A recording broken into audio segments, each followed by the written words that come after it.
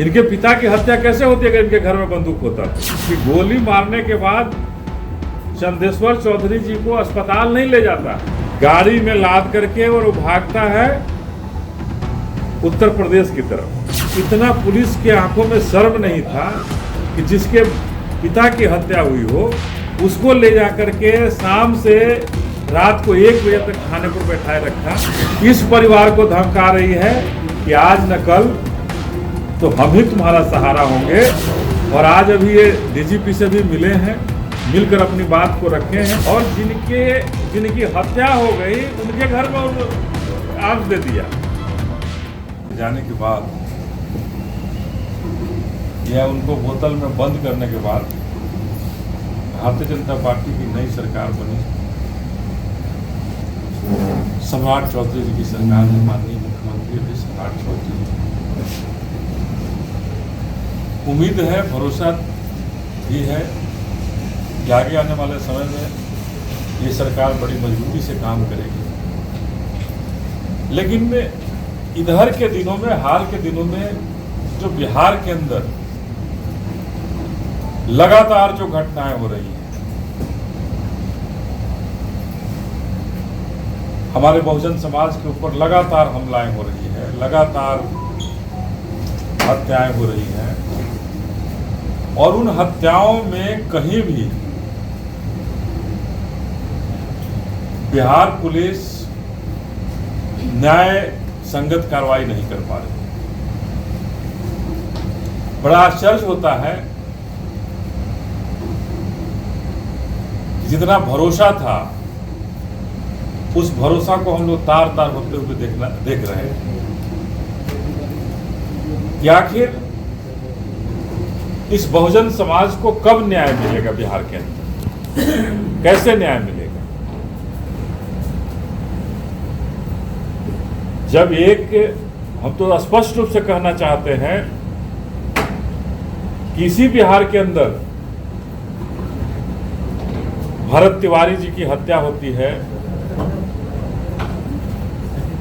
Police के द्वारा encounter कहा गया, हत्या हुआ, सब लोगों ने देखा कि भरत तिवारी 24 घंटा तक पुलिस के साथ रिवॉल्वर लेकर के आंख मिचौली खेल रहे थे।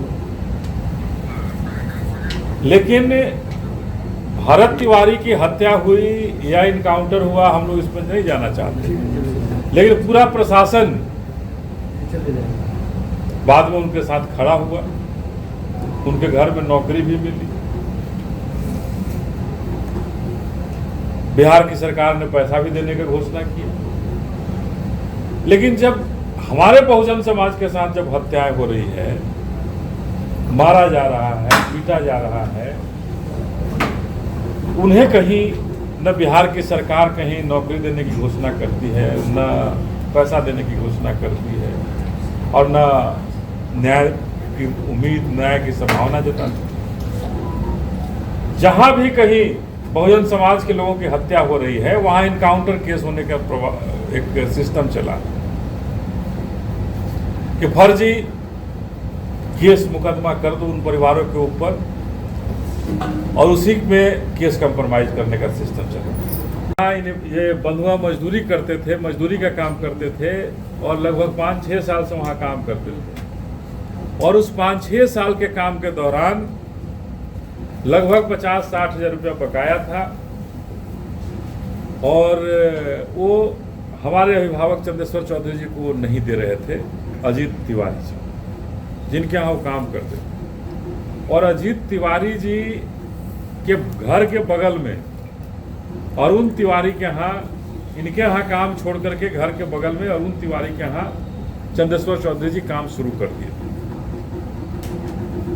तो ऐसे बीच में अब ये हो गया कि अजीत तिवारी का कहना था कि तुम हमारे यहाँ जब काम नहीं करोगे तो हमारे घर के बगल में काम नहीं हम तुमको करने देंगे, हमारे पड़ोसी में तुम, हमारे गोतिया में तुम काम नहीं करने देंगे और न तुमको पैसा देंगे। इस बीच में काम छोड़े 2-3 महीना हो गया, और इस बीच में कई बार उन्होंने जान मारने की धमकी या मारने पीटने का प्रयास किया।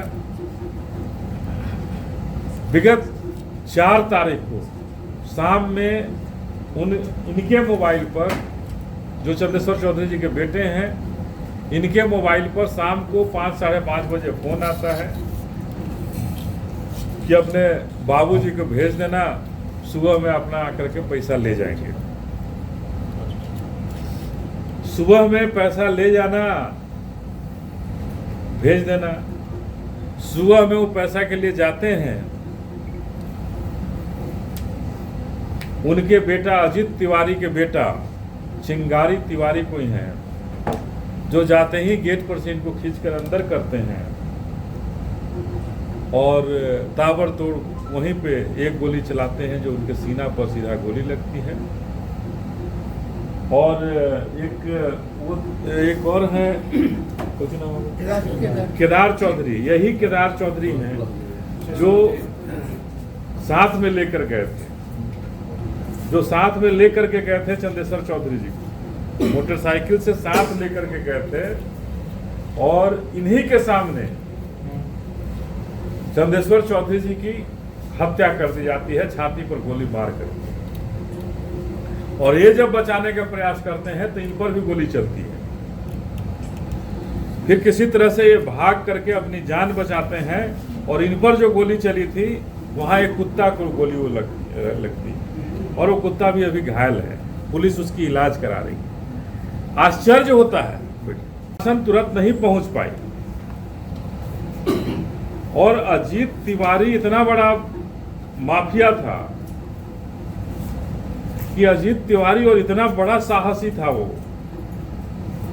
कि गोली मारने के बाद चंदेश्वर चौधरी जी को अस्पताल नहीं ले जाता है और अस्पताल ले जाने के लिए छोड़ता भी नहीं है। वहां अपने गुंडों के साथ 8-10 लोग थे, उन 8-10 के साथ मिल करके गाड़ी में लाद करके और वो भागता है उत्तर प्रदेश की तरफ। कोई आदमी हत्या करता है, कोई अपराधी हत्या करता है तो वहां छोड़ देता है और भाग जाता है, लेकिन ये ऐसा अपराधी है और इतना नृशंस कि हत्या करने के बाद उनको जलाने के उद्देश्य से कि हम ले जाकर कहीं जला देंगे, कोई एविडेंस नहीं मिलेगा, कोई इसकी जांच नहीं हो सकती। जलाने के उद्देश्य से उत्तर प्रदेश की तरफ वो चला गया और 36 घंटा के बाद उस लाश का परिवार को सुपुर्द किया जाता है। 5 तारीख को सुबह 6 बजे की घटना है और 36 घंटा के बाद उस लाश को लाश के रूप में चंदेश्वर चौधरी जी को घर में सुपुर्द किया जाता है। हमने देखा मीडिया में कि वहां के प्रशासन के लोग कह रहे हैं कि हम 6 घंटा बाद ऐसे कर लें। वो आदमी सरेंडर करता है, पुलिस ने पकड़ा नहीं था।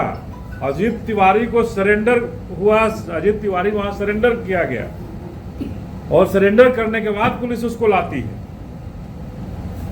और इसी बीच में दूसरा और तीसरा एफआईआर दर्ज कर दिया जाता है। 378 नंबर एफआईआर, 378-26 जो है एफआईआर जो है वो इनके द्वारा दर्ज होती है, जो चंदेश्वर चौधरी जी के पुत्र हैं। और 379 एफआईआर जो है 2026 दिनारा वो दर्ज की जाती है अजीत तिवारी के पत्नी के तरफ से। और 380 नंबर जो एफआईआर है वो दर्ज किया जाता है प्रशासन के तरफ से। और दोनों लगभग सेम है, जिसमें जितना नाम इसमें है वही नाम उसमें। और उसी में है कि हम उनके घर में जो नाजायज और जायज जो आर्म्स था, उस आर्म्स को इनके घर में दे दिया गया। मतलब आश्चर्य है कि पुलिस उस आर्म्स को सीज करती है और जिनकी हत्या हो गई उनके घर में आर्म्स दे दिया। ये कहानी भी पुलिस गढ़ती है तो बड़ा मनगढ़ंत, इस तरह की कहानी जहां कोई भरोसा ही नहीं कर सकता। उनके घर आर्म्स दे देती है पुलिस। धन्य है बिहार पुलिस। और न्याय का भरोसा इसीलिए और कम हो जाता है रोहतास पुलिस पर, चूंकि बार बार इनके घर में जाकर के इन्हीं को प्रताड़ित किया जा रहा है कि वो बंदूक कहाँ रखे हो। इनके घर में बंदूक होता तो इनके पिता की हत्या कैसे होती? इनके पिता की हत्या कैसे होती अगर इनके घर में बंदूक होता तो ये कहीं ना कहीं प्रशासन के ऊपर, स्थानीय प्रशासन के ऊपर अजीत तिवारी का इतना पकड़ है, डर है कि वो अजीत तिवारी से बाहर नहीं निकल पाती है, हत्यारा अजीत तिवारी से बाहर नहीं निकल पाता। और कहीं ना कहीं स्थानीय विधायक भी अजीत तिवारी के साथ खड़े मिलते हैं। चूंकि उस दिन घटना के दिन वो भी वहां गए थे और पुलिस से बात कर रहे थे, और जिस पुलिस से बात कर रहे थे वही लोग फिर इनको लेकर के रात में चला गया थाना पर।